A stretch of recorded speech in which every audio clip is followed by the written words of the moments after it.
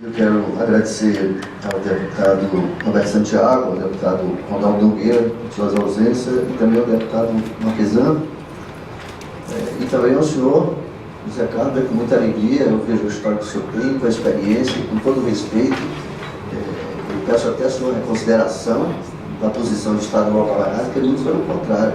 A sua experiência é fundamental para a gente aprofundar essa discussão, por todo o conhecimento que tem do passado e do que representou o sistema Telebrás para a telefonia no Brasil. Então, naquela época, um dos termos que o senhor usou, naquele tempo, ou naqueles tempos, a referência era uma referência internacional técnica sobre a qualidade do serviço. Então, havia uma medição do nível do sinal para cada cliente. Havia uma quantidade mínima, uma quantidade máxima, aliás, de perdas em cada ligação. Então, o critério era bastante objetivo, inclusive para os trabalhadores especializados, porque havia uma referência de tempo no cálculo do serviço. Havia também um gerenciamento correto, para a quantidade de terminais e a quantidade de trabalhadores que operavam o sistema. Infelizmente, houve uma alteração radical a pretexto de se modernizar. E nós não confirmamos isso. É claro que eu estou falando por último, há suas vantagens, de falar por último, porque você assimila toda a experiência dos anteriores, e tem a oportunidade de fazer aí um contraponto, ou se colocar as posições que foram contrárias, aquelas que foram incentivadas assim pela emoção, pela vontade de acertar, e aquelas que foram mais objetivas e críticas, e uma acaba denunciando a outra. Então aqui, os meus antecessores fizeram brilhantes intervenções verdadeiras, e outras que merecem a nossa consideração. A primeira que eu gostaria de me reportar é com relação à complexidade do sistema. O sistema de telecomunicações e da telefonia, como nós conhecemos, ele é todo segmentado. E esta segmentação, ela tem uma relação direta uma com as outras.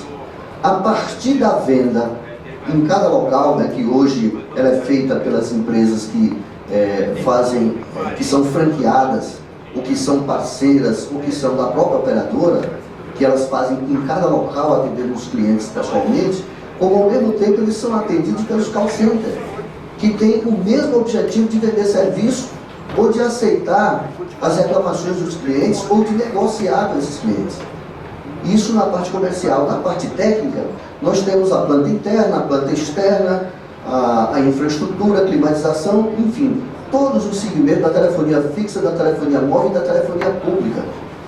E esses segmentos estão ligados entre si, porque se houver uma falha em um deles, a falha é geral e ela vai se pronunciar lá para o cliente como uma péssima qualidade da prestação de serviço.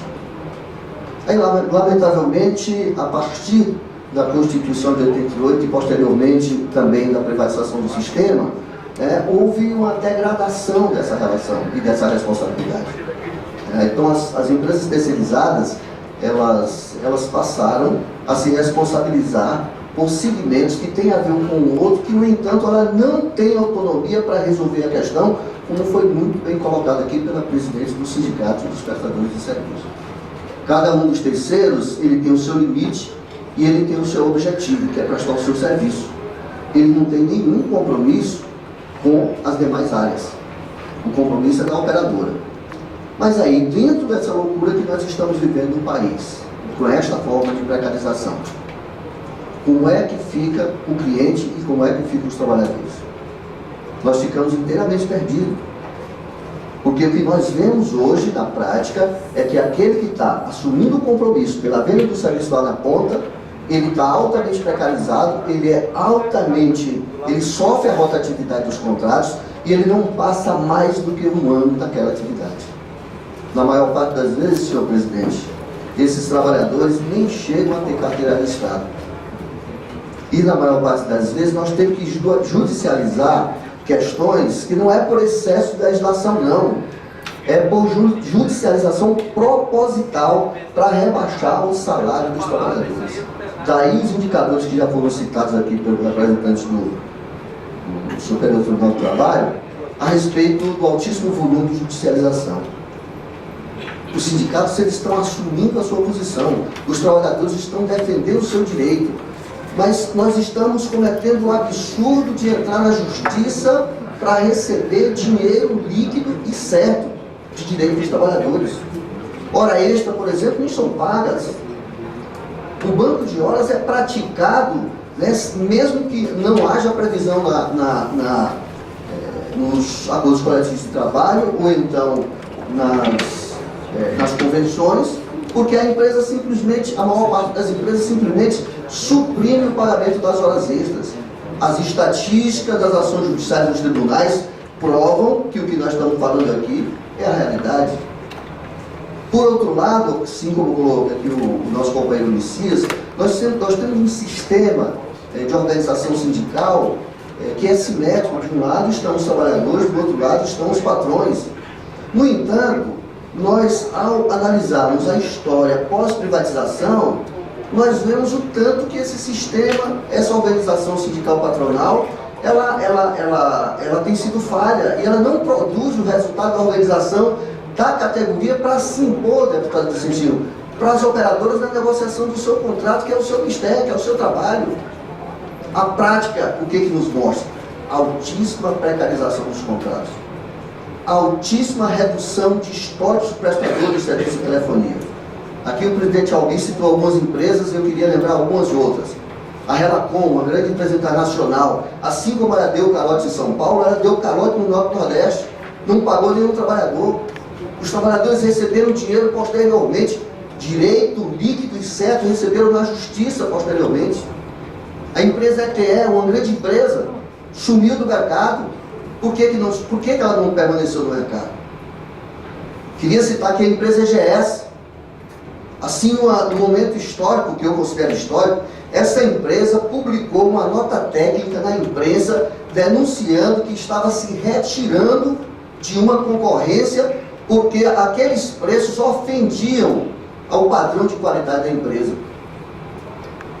Nós temos que fazer uma profunda reflexão a respeito de como essa contratação está sendo feita e quais são os seus reflexos para o direito dos trabalhadores e para a organização sindical, não apenas dos trabalhadores, mas principalmente dos prestadores de serviço. Se nós olharmos a estatística, companheiro Vicentino, nós vamos ver que de 98 para cá houve uma redução radical na quantidade de empresas que prestam serviço, tanto na parte externa, em rede externa, como na planta interna.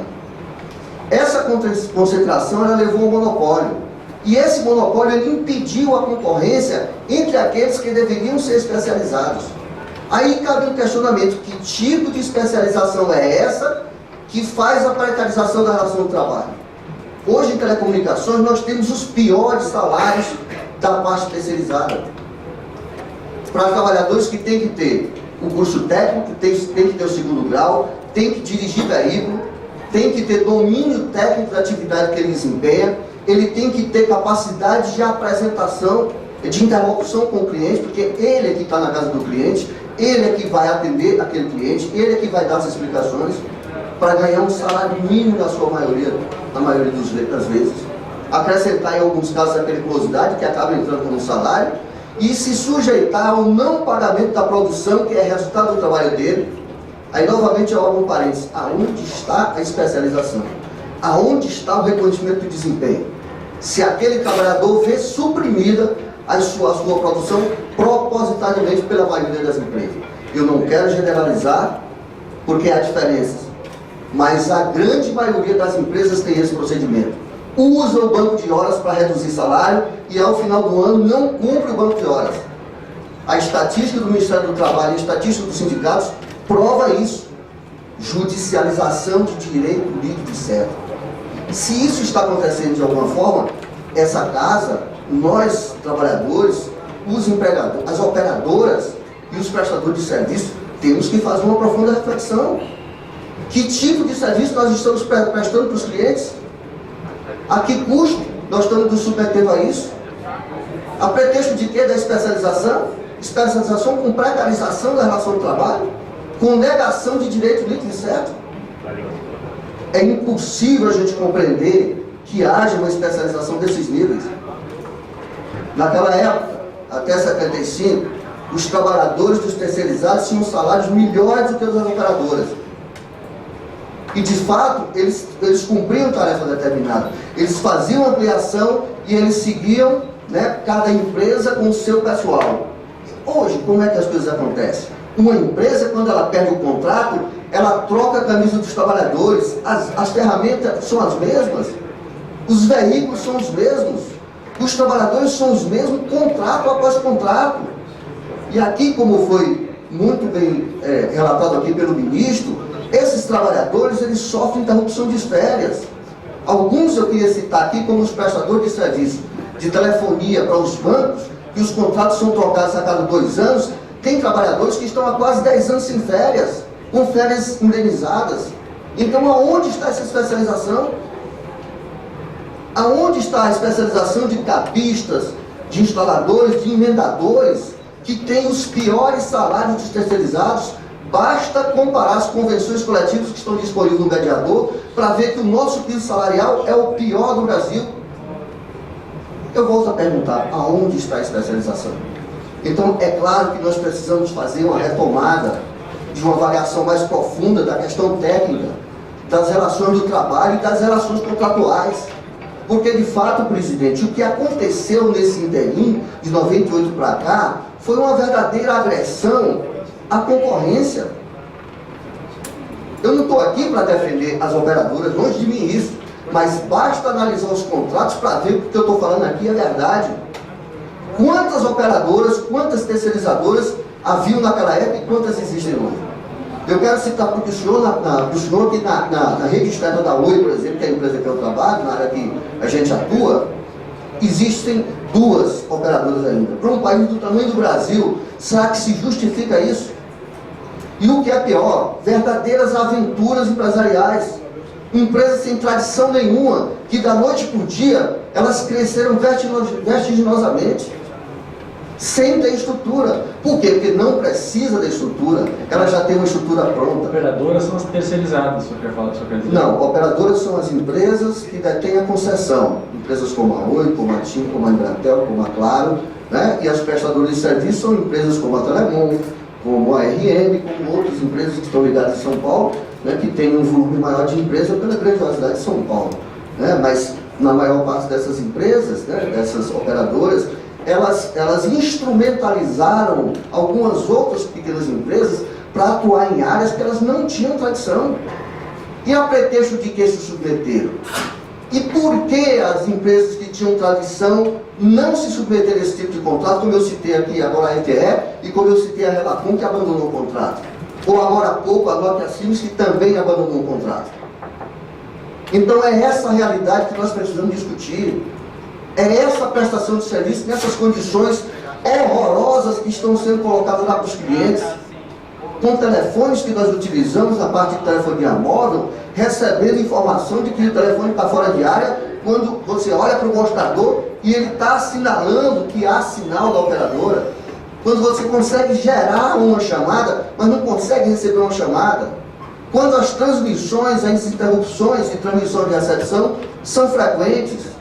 Vai se cobrar de quem essa interrupção? Da terceirizada, que ela vai parar o seu pessoal para testar os juntores de um site ou de uma herb, para ver quem está com defeito?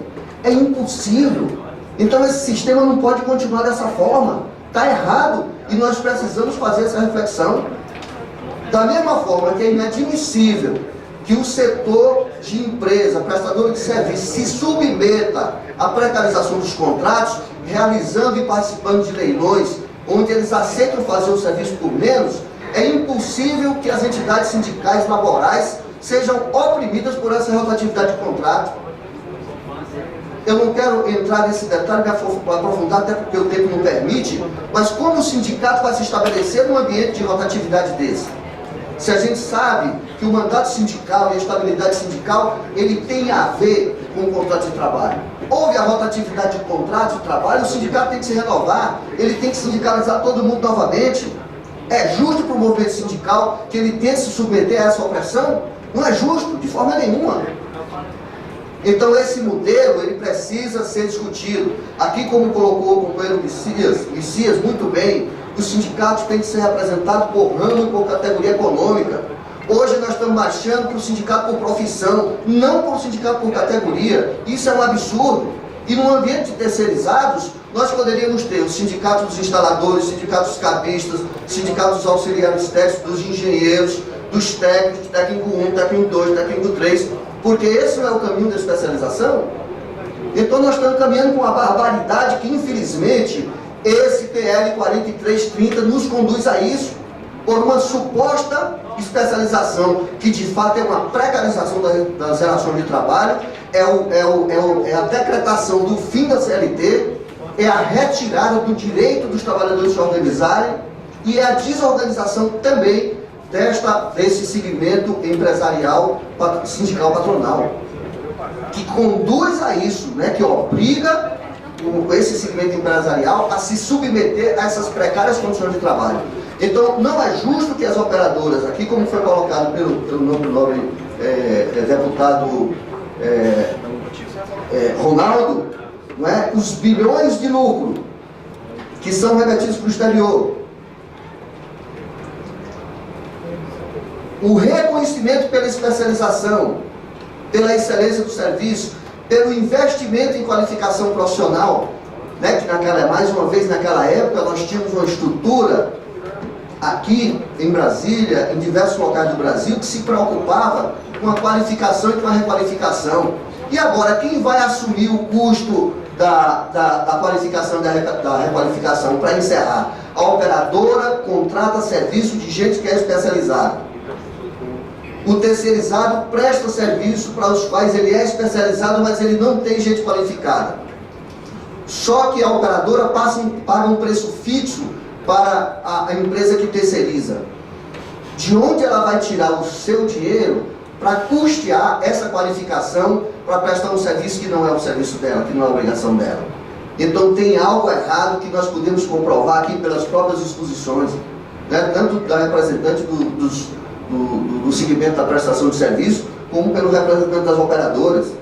E aquilo que foi colocado, para finalizar, presidente, aquilo que foi colocado pelo representante do Tribunal de Contas da União é extremamente preciso e evidencia a incapacidade da Anatel por negligência na fiscalização daquilo que seria a obrigação dela, que é a regulamentação e a qualidade do serviço. Muito obrigado por essa oportunidade.